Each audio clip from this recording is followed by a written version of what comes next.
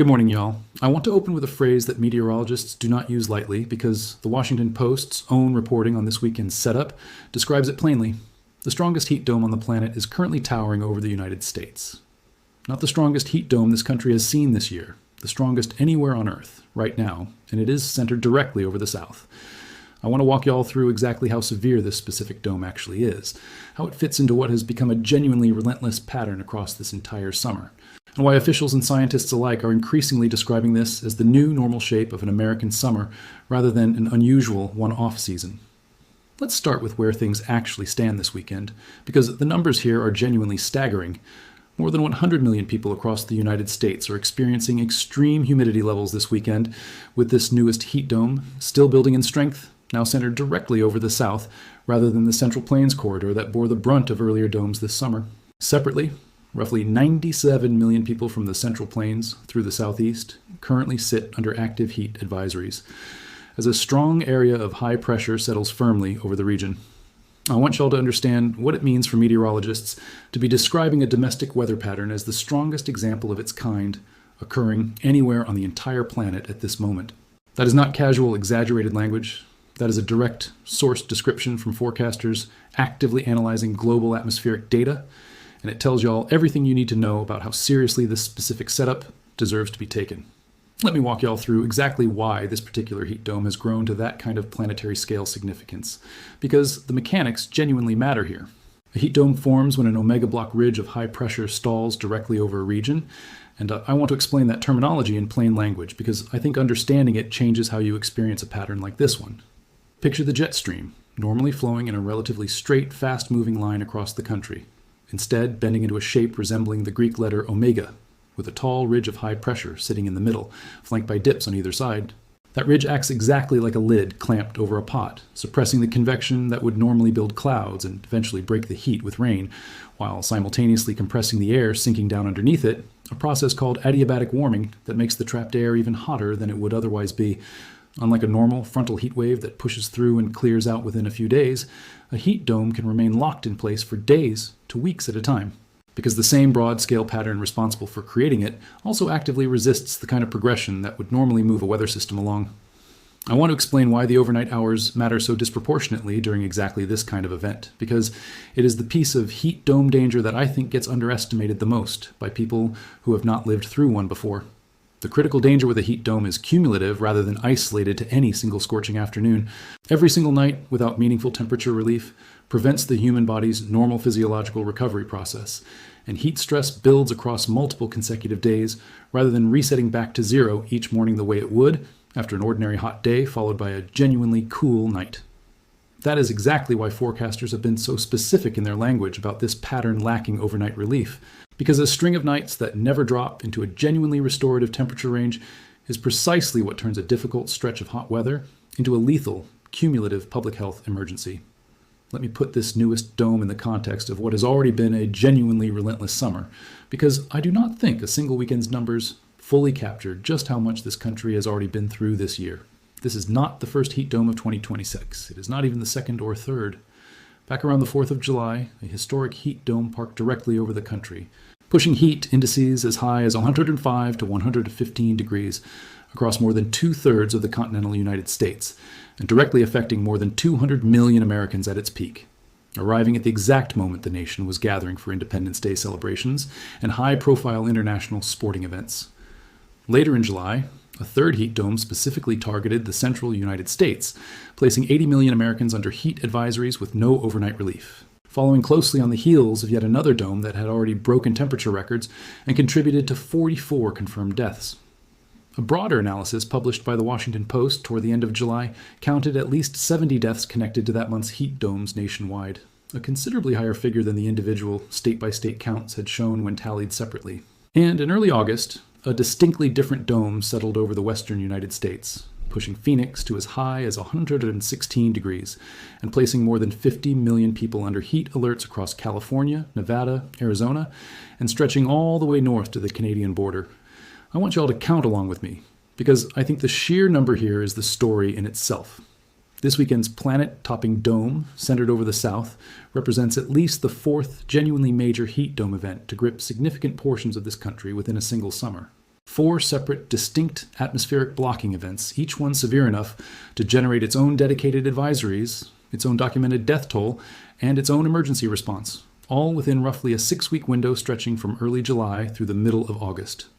Meteorologists covering this pattern have made a specific point of describing this repetition as arriving not as an anomaly, but as a pattern, language I want y'all to sit with, because it reflects a genuine professional assessment that this kind of repeated back-to-back heat dome activity is becoming the expected shape of an American summer rather than a rare, standout exception. Let me explain the climate science underneath why this kind of repeated blocking pattern has become so much more common, because I think this is genuinely the most important piece of context in this entire story. This narrowing effect ties directly back to the temperature differential between the Arctic and the mid-latitudes, the difference in temperature that has historically driven a strong, fast, relatively straight jet stream. As the Arctic continues warming considerably faster than the rest of the planet, that temperature differential shrinks, and a shrinking differential slows the jet stream down while simultaneously making it wavier. Exactly the kind of pattern that allows an omega block ridge to stall out and linger over a specific region, rather than progressing steadily eastward the way weather systems traditionally have. Layer on top of that a warmer overall background temperature across the entire planet, meaning any given heat dome is now operating from a considerably higher starting baseline than an equivalent event would have decades ago.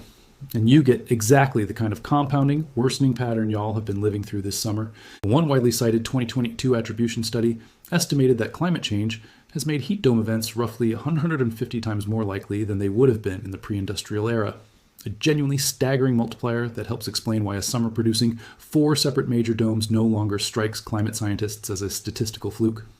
I also want to bring in this year's El Niño specifically, because it represents a second compounding factor layered directly on top of that broader long-term climate trend. I have discussed this pattern with y'all extensively throughout this hurricane season regarding its effects on tropical development, but El Niño's influence extends well beyond the Atlantic basin. A strengthening El Niño reliably contributes to more amplified ridging, meaning stronger and more persistent areas of high pressure across large sections of North America during the warm season, essentially adding fuel to the same jet stream slowing mechanism. Climate change has already been driving over a longer timescale. That combination, a long-term warming trend making heat domes more likely in general, layered directly on top of a specific strengthening El Niño actively amplifying ridging patterns this particular year, is exactly the kind of 1-2 punch that helps explain why 2026 has produced this many severe back-to-back heat dome events within a single summer. Let me walk y'all through the wildfire connection tied directly to this pattern, because heat domes rarely arrive without a parallel fire crisis unfolding somewhere in their vicinity, and this summer has been no exception. As of early August, the National Interagency Fire Center's own tracking showed more than 45,000 fires burning across the country in 2026, consuming over 25 million acres, a total running at 138% of the 10-year national average for this point in the season. Washington and Oregon specifically have borne an enormous share of that burden, with Washington recording 16 large fires spanning more than 400,000 acres, and Oregon recording 33 large fires spanning more than 1.8 million acres. The old trails, fire crossing the Spokane River into the city of Spokane itself, ultimately destroying more than 640 structures and forcing roughly 60,000 people under evacuation orders, prompted Washington's governor to declare a statewide emergency and activate more than 100 National Guard members, with incident commanders describing it as possibly the most destructive wildfire in the state's entire history. I bring this up specifically because heat domes and wildfire danger are not two separate, unrelated stories playing out simultaneously by coincidence. The same extended dry heat that makes a heat dome so dangerous to human health also dries out vegetation across enormous stretches of the West, creating exactly the kind of primed, ready-to-burn fuel conditions that turn a single spark into a fire consuming hundreds of thousands of acres. I want to talk about who bears the heaviest burden during a pattern like this one, because the risk is never distributed evenly across the population. Maricopa County, Arizona, home to Phoenix, has confirmed 40 heat-related deaths so far in 2026 alone, a county that has become something of a national bellwether for extreme heat mortality precisely because it consistently experiences some of the country's most extreme sustained high temperatures. Elderly residents, particularly those living alone or without reliable air conditioning, remain among the highest risk populations during any sustained heat event, since aging bodies are considerably less efficient at regulating internal temperature and less likely to recognize early warning signs of heat illness in themselves.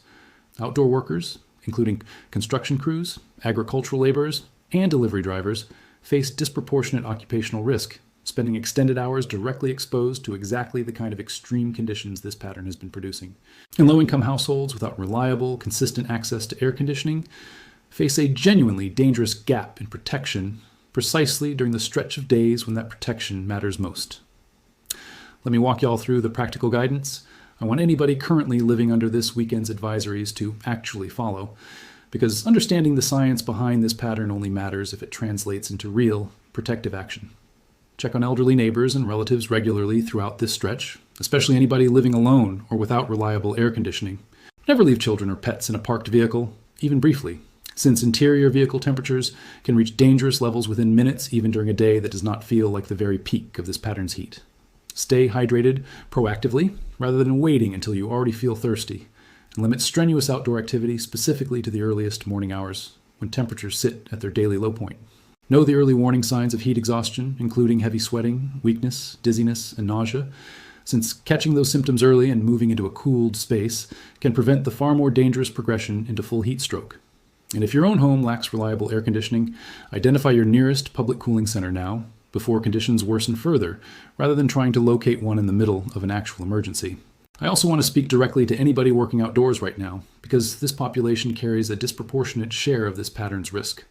Employers and work sites across the affected region need to be taking this heat dome seriously with real, consistently enforced water and shade breaks, not simply a poster on a break room wall. Heat-related occupational deaths are almost entirely preventable with proper scheduling, consistent hydration access, and gradual heat acclimatization protocols. And a summer that has already produced this many heat-related deaths across the general population should be treated as a clear, unambiguous signal that workplace heat safety needs to remain an active, ongoing priority throughout the remainder of this pattern, not an afterthought, addressed only after someone is already in medical distress. I also want to touch on the strain a pattern like this places on the electrical grid, because it represents its own compounding layer of risk sitting underneath the headline heat numbers. Sustained, extreme heat drives electricity demand to its highest levels of the entire year, almost entirely because of the massive, simultaneous air conditioning load running across huge swaths of the country at once. Grid operators have already reported record or near-record demand during this summer's earlier heat domes, and this newest dome arriving on top of infrastructure that has already been pushed hard multiple times this season raises real questions about equipment reliability, since transformers, transmission lines, and generation facilities all face elevated wear and failure risk when forced to operate at peak capacity for extended, repeated stretches, rather than getting the recovery time a more typical summer would provide. That matters directly for public safety, because a heat-related power outage occurring during exactly this kind of overnight relief-free heat dome represents about as dangerous a combination as this kind of weather can produce. Since losing air conditioning during the specific hours when the body most needs that recovery window removes the single most effective protection most households have against heat illness. I also want to give you all some historical perspective on just how far outside the norm this summer's pattern actually sits, because I think context like that helps separate genuine alarm from routine seasonal variation. A typical American summer might feature one, or perhaps two, significant multi-day heat dome events across the entire warm season. This summer has already produced at least 4 separate, independently documented episodes, each severe enough to generate its own dedicated advisories, its own death toll, and its own emergency response, with this weekend's event specifically described as the strongest anywhere on the planet. That kind of clustering 4 major domes within roughly 6 weeks is exactly the signature researchers point to when they discuss extreme heat becoming both more frequent and more intense as the underlying climate baseline continues shifting upward, since the same atmospheric ridge that might have produced a single memorable heat wave 20 or 30 years ago now builds on top of a meaningfully higher floor of background warmth, raising both the peak temperatures reached and the odds that any individual summer produces multiple severe events rather than just one isolated stretch. I also want to briefly mention the agricultural toll this repeated pattern is taking, because it rarely gets the same attention as the direct human health impact, but carries its own serious, longer-term consequences. Crops across the Central Plains and Southeast, the exact corridor bearing the brunt of this weekend's advisories, face genuine stress from repeated exposure to extreme heat during critical growing stages, with sustained high temperatures capable of reducing yields even when soil moisture remains adequate, simply because many staple crops struggle to properly pollinate or fill grain under conditions this extreme. Livestock operations face their own compounding heat stress risk, since farmers must actively manage cooling and hydration for animals across facilities that were not always designed with this level of sustained heat in mind. Combine repeated heat stress on crops and livestock with the kind of drought conditions that so often accompany a persistent ridge of high pressure, and you get a slower moving, less visible economic story running in parallel with the more immediate public health emergency, one that tends to show up months later in higher food prices, and reduced farm income rather than in a single dramatic headline. So let me bring this together and tell y'all what I think. The honest, complete takeaway from this update actually is. This weekend's heat dome, described by meteorologists as the strongest anywhere on the planet right now, is not an isolated standalone event. It is the latest entry in a summer that has already produced at least 3 other major heat domes, a documented death toll well into the dozens, and a wildfire season running significantly above its 10-year average, all connected by the same underlying combination of a long-term, climate-driven weakening of the jet stream and this specific year's strengthening El Nino, adding further fuel to that same pattern. None of that is meant to leave y'all feeling paralyzed or hopeless. It is meant to be a clear, direct signal that this pattern deserves sustained, active attention, rather than the kind of fatigue that can set in after the 3rd or 4th heat advisory of a single summer, because the actual danger to human life does not diminish just because the headlines have started to feel repetitive. I also want to make sure I have not overlooked the animals sharing this same dangerous stretch of weather with y'all, because pets and outdoor animals face genuine heat risk that owners sometimes underestimate. Dogs and cats cannot regulate their body temperature as efficiently as humans can, and pavement temperatures during a heat dome like this one can climb far higher than the surrounding air temperature, capable of burning paw pads within minutes of contact. Keep walks limited to the coolest parts of the day, provide constant access to fresh water and shade for any animal spending time outdoors, and never leave a pet in a parked vehicle under any circumstances, since the same rapid interior heating that endangers children applies just as dangerously to animals left behind, even briefly. I will keep tracking this pattern closely as it continues through the coming days, and if conditions shift in either direction, whether that means this dome finally beginning to break down or additional domes building elsewhere across the country, I will have an update out for y'all right away. If this breakdown helped you understand just how serious and how genuinely connected this summer's repeated heat domes actually are, please subscribe to this channel and turn on notifications, because I want to keep bringing y'all the real data behind stories like this one throughout the rest of the season. Share this video with anybody you know currently under this weekend's advisories, especially anybody still working outdoors regularly or without reliable access to air conditioning, because the people facing the greatest risk during a pattern like this one are so often the last to hear that the danger has not actually passed. I will keep watching the forecast for y'all, and I will see y'all in the next one. Stay cool, stay hydrated, and I love y'all.